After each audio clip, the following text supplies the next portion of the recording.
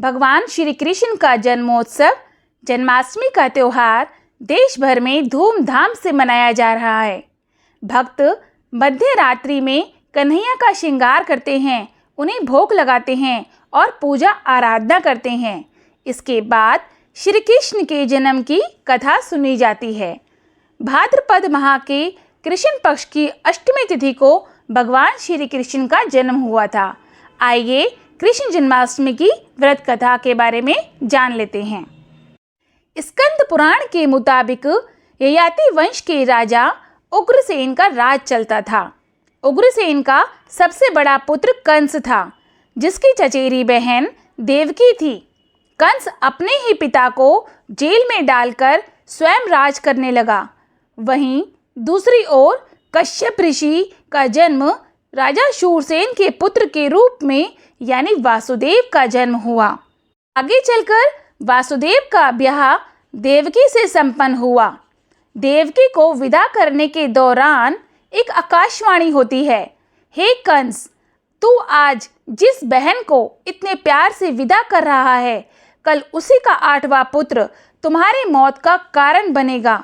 ऐसा सुनते ही कंस देवकी को मारने के लिए हावी हो गया, पर सैनिकों और वासुदेव के वचन ने ऐसा होने से बचा लिया। वासुदेव जी सत्यवादी थे, इन्होंने कंस को वचन दिया कि वो अपना 8वां पुत्र स्वयं कंस को सौंप देंगे। वासुदेव जी की बात को मानते हुए कंस ने उन दोनों को बंदी बनाने का निर्णय लिया और उनके पास पहरेदार लगा दिए। इसके बाद कंस ने देवकी के सारे संतानों को मारने का प्रण कर लिया। निश्चय अनुसार देवकी के 7 संतान कंस द्वारा मारे गए। के बाद देवकी के 8वें पुत्र का जन्म हुआ। भाद्रपद माह के कृष्ण पक्ष की अष्टमी तिथि को रोहिणी नक्षत्र के दौरान मध्य रात्रि में भगवान श्री कृष्ण का जन्म हुआ था।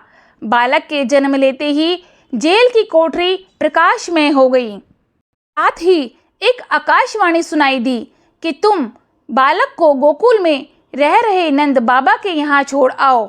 वहाँ एक कन्या का जन्म हुआ है, उसे तुम यहाँ से ले आओ। ऐसा सुनते ही वासुदेव की हथकड़ियाँ खुल गईं। तुरंत एक टोकरी में श्री कृष्ण को रखकर इसे माथे पर लादे गोकुल की ओर निकल पड़े। रास्ते में यमुना नदी बाल कृष्ण के चरणों को स्पर्श करने के लिए उफान पर आ गईं। फिर चरण स्पर्श करते ही वो पुनः शांत पड़ गईं। इस प्रकार वासुदेव ने अपने पुत्र को यशोदा मैया के बगल में सुलाकर वहां से कन्या लेकर वापस कारागार लौट आए। जेल के दरवाजे अपने आप बंद हो गए। उनके हाथों में फिर से हथकड़ियां लग गईं। सारे पहरेदार भी उठ गए और कन्या के रोने की आवाज़ें आने लगीं। सूचना मिलते ही कंस ने कारागार से कन्या को लाया और उसे मारने की कोशिश की, लेकिन वह आकाश में उड़ गई और बोली, अरे मूर्ख, मुझे मारने से क्या होगा?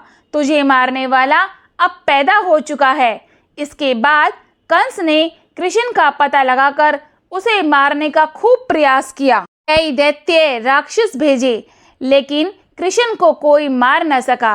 अंततः श्री कृष्ण ने कंस का वध किया और उग्रसेन को पुनः राजा बना दिया।